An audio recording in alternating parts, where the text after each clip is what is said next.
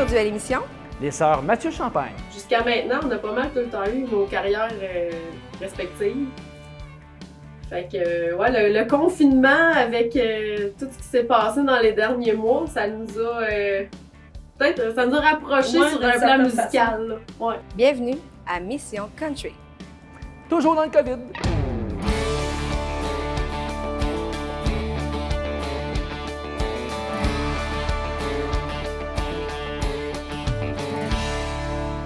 Alors moi, je me suis entretenue avec Jessie et Nikita, qui ont des carrières solo, mais qui ont quand même beaucoup d'années de musique derrière la cravate. Et j'avais envie de discuter un petit peu de leur parcours, qui est quand même chacun particulier à elle. Oui, ben moi, puis j'ai rencontré les deux, puis on a parlé de leur enfance, mais savoir d'où ça vient la passion pour le country. On vous laisse avec ça. And watch TV, get off the phone, and give a dog a bone. Hey, hey, hey, honey, I'm home.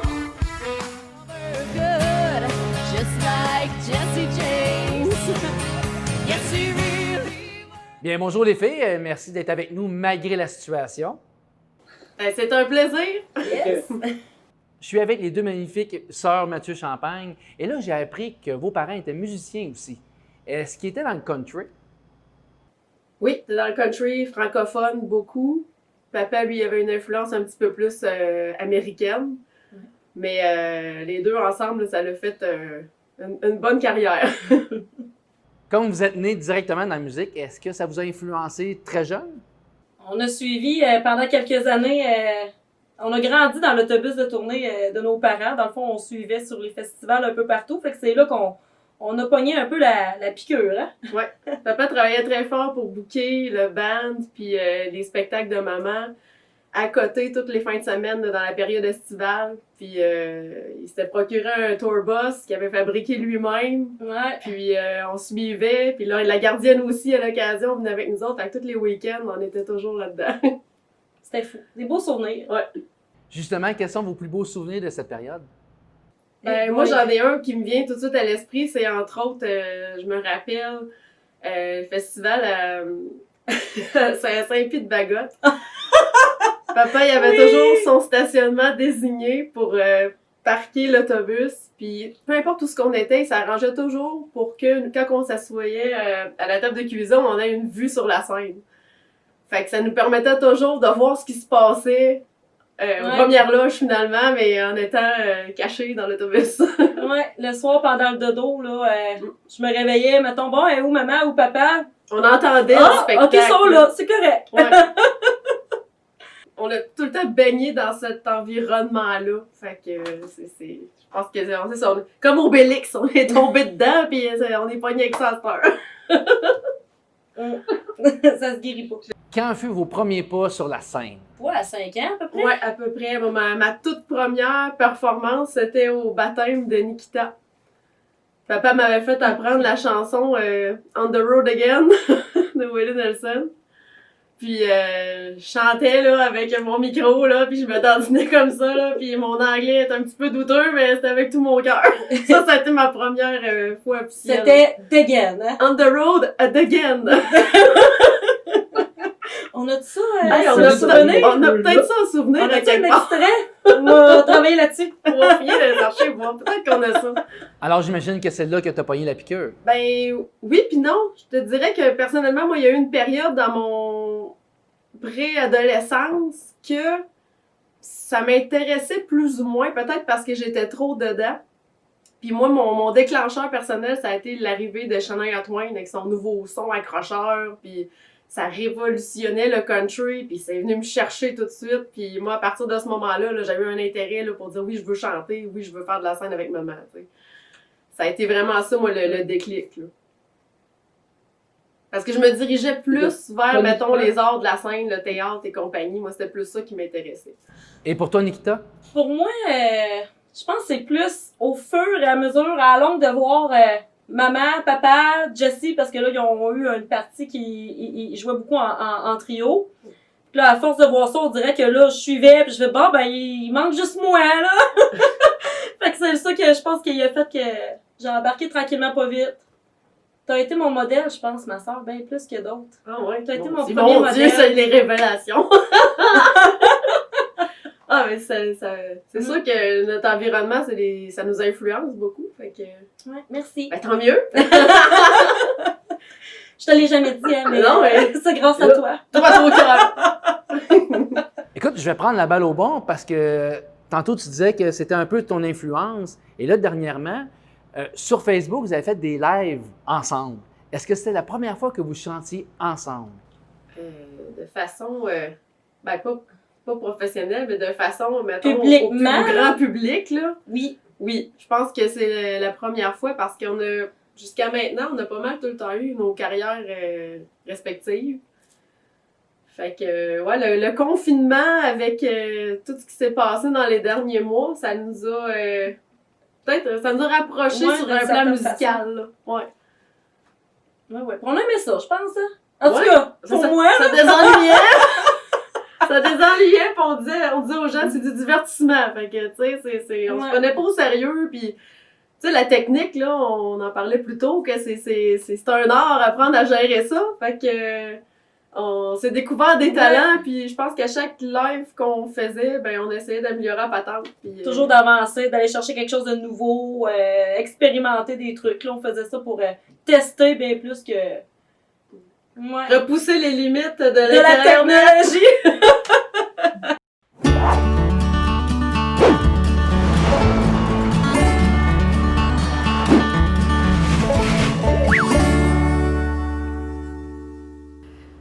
OK, les filles, êtes-vous prêtes? On est rendu au segment Chante la toune. Super facile. Je pige un mot, puis vous me chantez une petite chanson qu'on retrouve le mot dedans. Alors, c'est parti. Premier mot. Sourire. Oh, j'ai mon sourire, ma limousine, parce que papa, il chante tout le temps ça, mais je connais pas les paroles. Ma guitare, mon sourire, ma bonne humeur et mes chansons! Deuxième mot. Bingo. Ben, il y a la reine du bingo de Caillouche, mais Caillouche. je connais pas la chanson pantoute. Moi, je joue de la bass quand Christin chante ça, fait que je connais pas les paroles. Inquiétez-vous pas, vous m'avez donné un titre. C'est bien parfait, je vous le donne. Merci. Nuit. Un train de nuit pour te retrouver. Un train de nuit. Un train de nuit et on va s'aimer. Just you and me. Chanson de Daniel René, notre maman chantait ça. Train de nuit. Saturday. Saturday night when the moon is out, I wanna head on over to the twist and shout. I'm a two-step party and a Cajun beat. Well, it gets me up, I'm gonna find my feet. Out of the middle of a big dance floor, wanna hear that fiddle, wanna beg for more. Wanna dance to the band from Louisiana tonight. En anglais. Home. Honey, I'm home and I had a hard day. Pour me a cold one and oh, by the way, rub my feet, give me something to eat. Fix me up my favorite treat. Honey, I'm back, my head's getting me. I need to relax and watch TV. Get on the phone, I give the dog a bone. Hey, hey, honey, I'm home. OK, un petit dernier. Femme. Je suis femme, je vous aime. C'est quoi après? Ah non, ça a été instantané. Hey, merci les filles. Puis en passant, c'est Je suis femme, je vous aime. Regardez-moi, je suis bien. On s'entend que faire des lives devant un écran, c'est pas comme devant les gens. Est-ce que ce lien-là avec les gens, ça vous manque beaucoup? Ah, tellement. Ouais. Moi, oui, c'est... Je fais de la musique sur une base régulière les fins de semaine, puis moi, c'est mon gaz, J'ai un autre emploi la semaine, mais la musique, C'est une drogue. Oui. Le contact avec le monde, les réactions, tu fais une chanson, les danseurs, t'as la réaction directe de ce que t'offres aux gens, là. Puis moi, ça me prend ça. Fait que oui, ça m'a beaucoup manqué. Ah oui, puis tu sais, même via les lives, tu sais, oui, on voyait les gens qui nous écrivaient des petits messages. Des fois, on leur recevait des photos sur Messenger après le show. Là, le monde il était sur le party, c'était le fun. Mais tu sais, encore là, c'est comme on avait encore un manque. Mais écoute, c'était tellement mieux que rien. Puis on voyait que juste le fait qu'on pouvait divertir les autres à la maison, là, c'est... Ça permettait mission de garder accomplie. le contact. Ouais. Le band de vos parents s'appelait le Jack Daniel Band. Il me semble que vous en avez fait partie. Oui, exactement. À des périodes différentes, parce que vers la fin, j'ai grandi, puis j'avais envie d'explorer d'autres choses, fait que je me suis dirigée vers d'autres groupes. Puis par le fait même, Je t'ai remplacé. elle a eu l'opportunité d'embarquer dans les contrats familiaux, alors c'est un peu ça qui est arrivé. Ni vu ni connu, le monde pensait que c'était la même fille encore.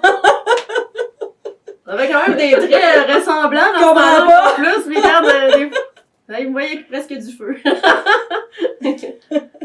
Est-ce que c'était le fun de faire partie d'un band avec ses parents? Parce que j'imagine que quand on tombe ado, on trouve ça un petit peu plus plate, là. Ben, disons qu'il y a des expériences que tu tentes pas avec tes parents, que tu vas tenter avec d'autres. C'est ça. Des fois, les circonstances font en sorte que c'est pas toujours le fun d'aller chanter avec ses parents. Ouais.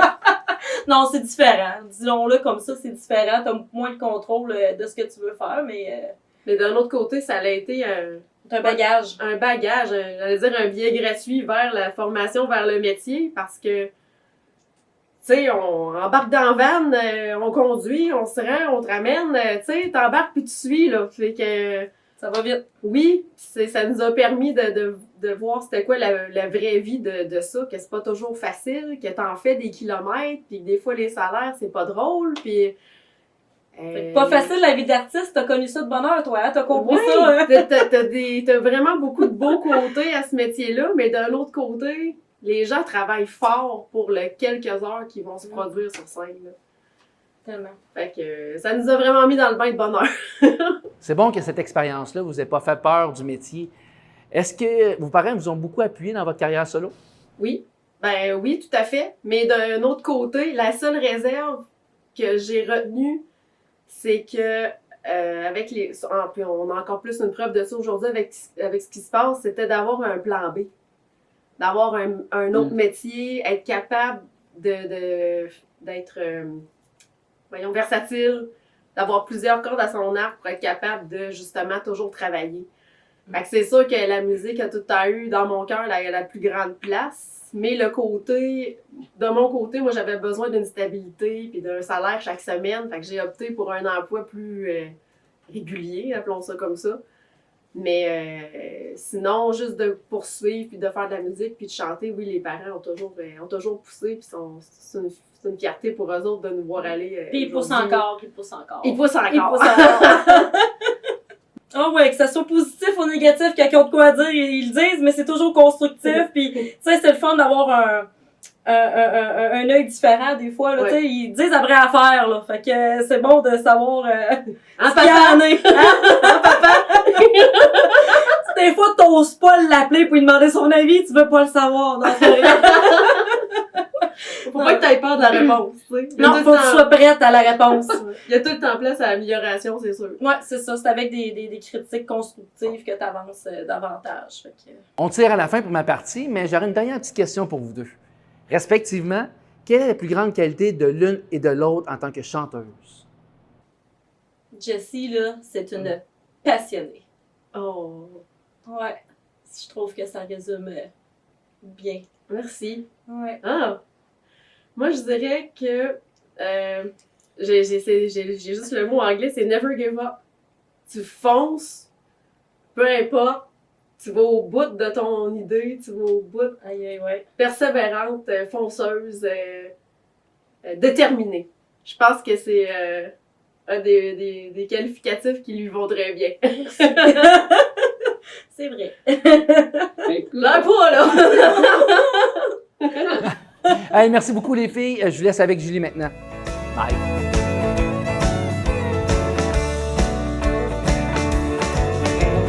Barman, serre-moi un verre pour m'aider à penser à travers. Ce soir, ma vie est démolie. Donne-moi la force de m'y faire, d'oublier toutes mes misères et que demain. Salut Jessie!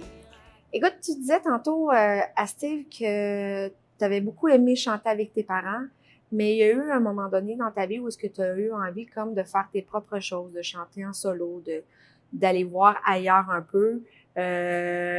Dis-moi, qu'est-ce qui t'a poussé à vouloir comme prendre un autre chemin, voler de tes propres ailes? Ben, je dirais que le déclencheur, euh, me dissocier du band de mes parents, c'était plus le fait que dans les dernières années que je travaillais avec eux, on travaillait principalement avec un ordinateur. C'était séquencé. Puis, j'avais un intérêt immense pour la musique live. Un drum, une bass. Je voulais plus de senti, mettons, que jouer en séquence, comme on dit. Fait que ça a été quelque chose qui m'intéressait beaucoup. Puis, quand on a 17-18 ans, là, on a envie de commencer à voler plus de nos propres ailes, puis faire nos expériences. Fait que j'avais vraiment envie là, de m'ouvrir à d'autres choses, mais toujours dans le country. J'ai toujours été 100% dans le country. Fait que c'est ça qui m'a mené à... j'ai fait la rencontre d'Isabelle Giguère, qui faisait partie du groupe Texas.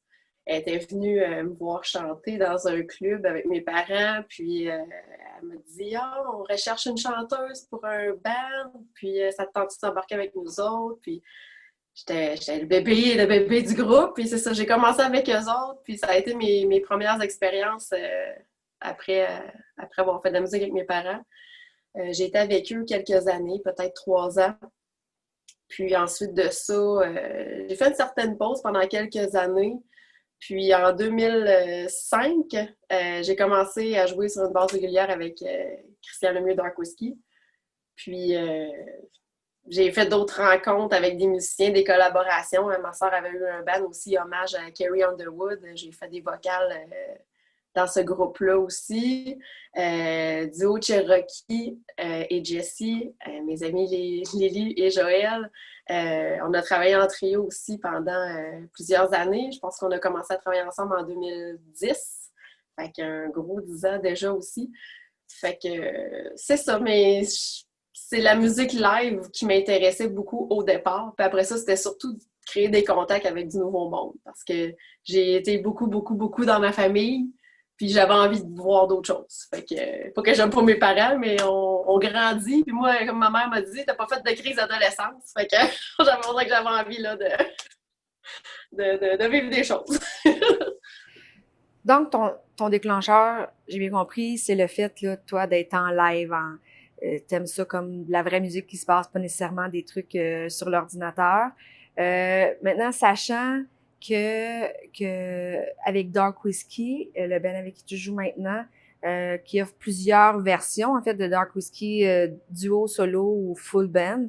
Même si je me doute un petit peu de ta réponse, j'aimerais ça que tu me dises qu'est-ce qui te fait le plus triper, puis explique-moi pourquoi.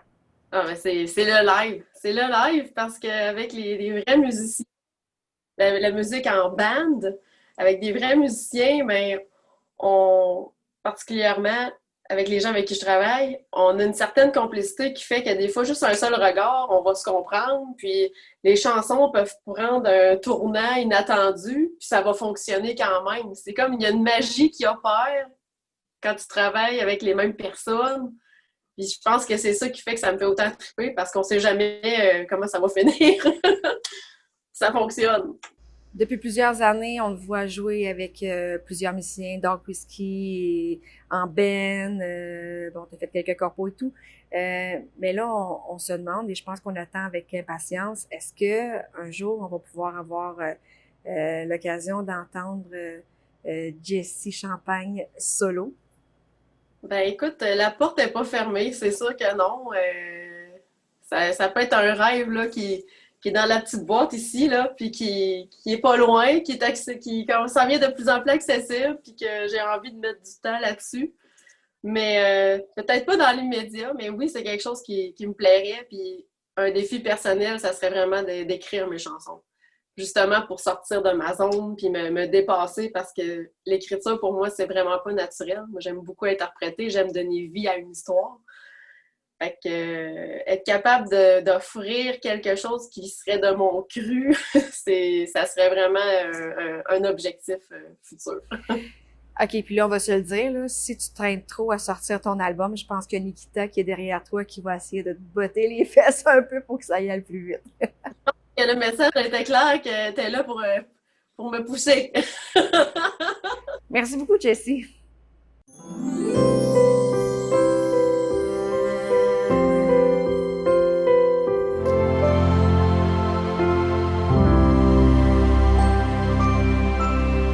Alors, nous voici maintenant en blind date et on va avouer que je suis chanceux. Hein? Je suis avec les deux sœurs Mathieu Champagne à moi tout seul. À la lueur de la chandelle, attention. Je vais vous poser les questions que j'ai trouvées sur le web, sur mes sites à potins.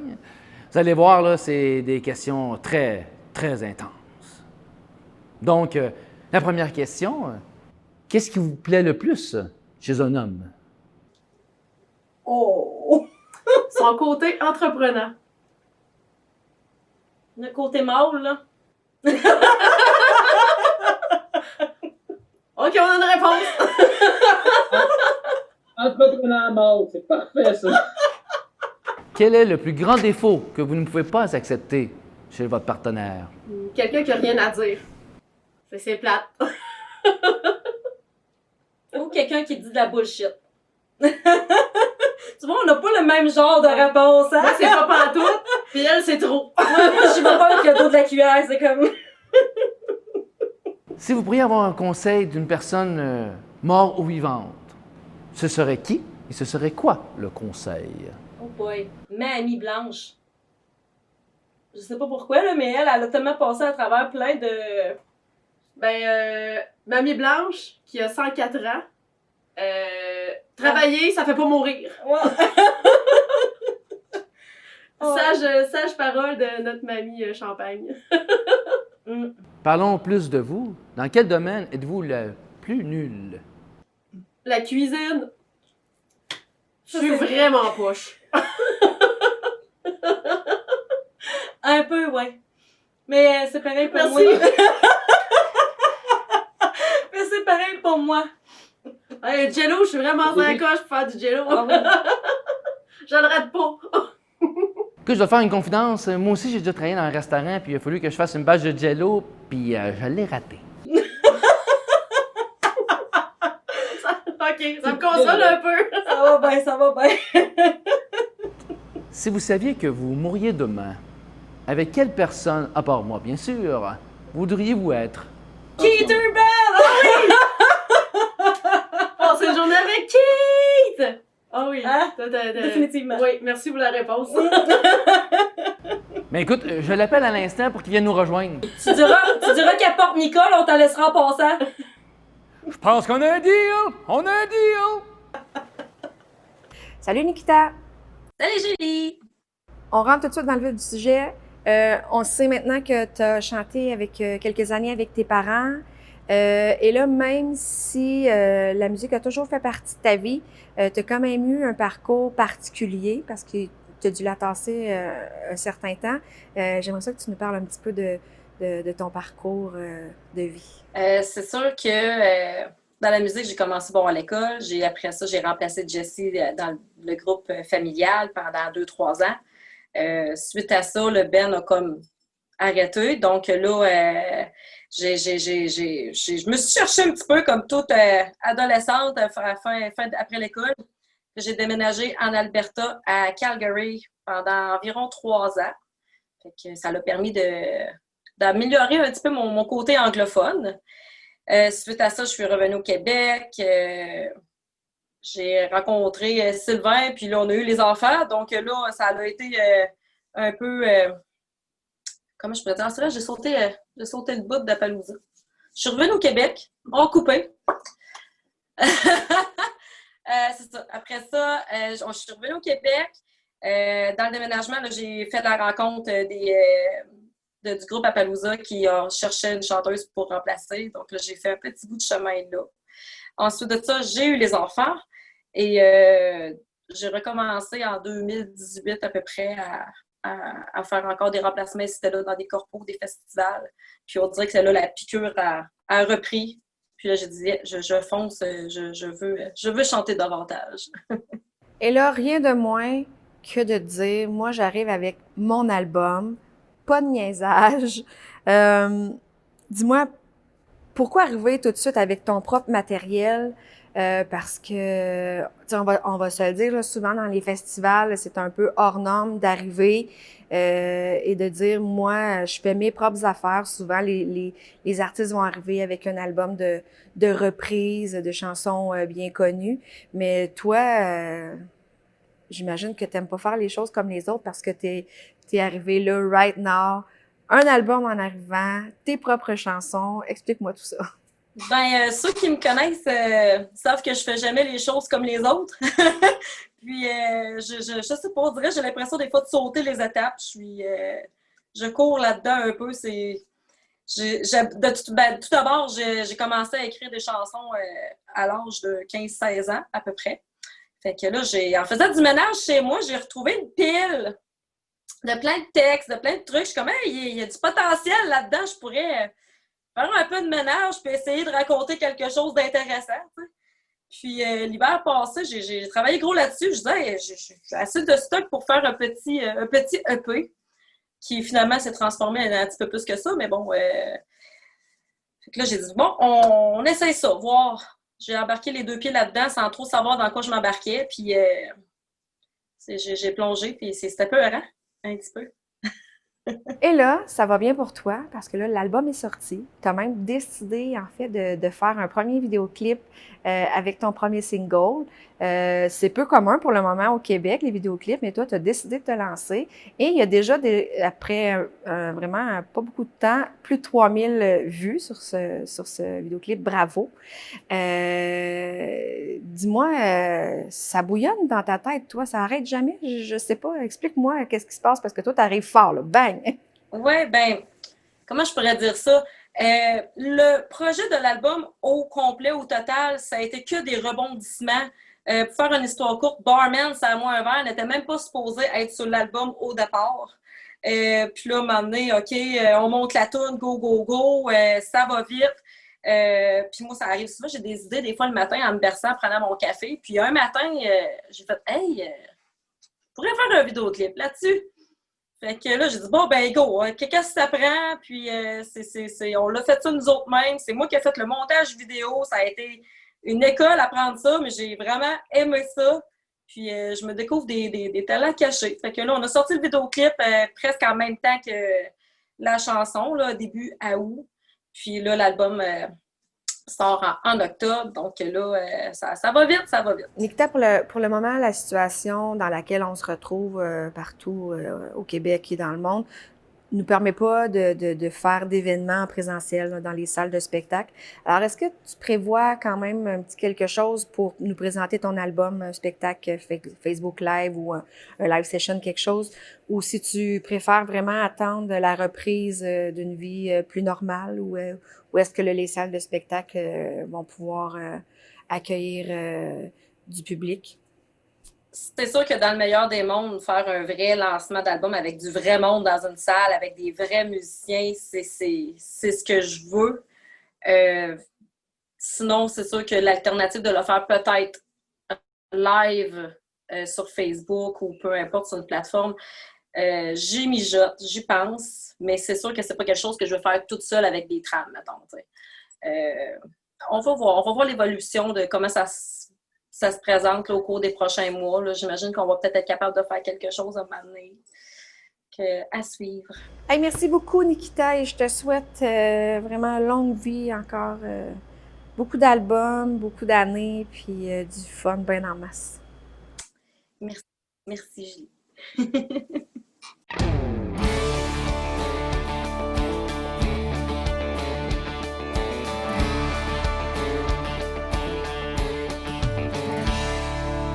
Alors, c'est ce qui m'a fait pour notre émission cette semaine. Merci à notre invité. Vous pouvez aller voir sa page Facebook, les liens YouTube ou tout autre réseaux sociaux. Hein? Oui, ils sont pas mal tous présents là-dessus maintenant. Hein? Ouais. Et un gros merci à l'Établi Brasserie Urbaine qui nous ont prêté l'endroit pour faire notre émission, ainsi qu'à la distillerie 29 octobre Là, on n'a pas fait de drink à l'écran, mais on a bu en sac. Steve.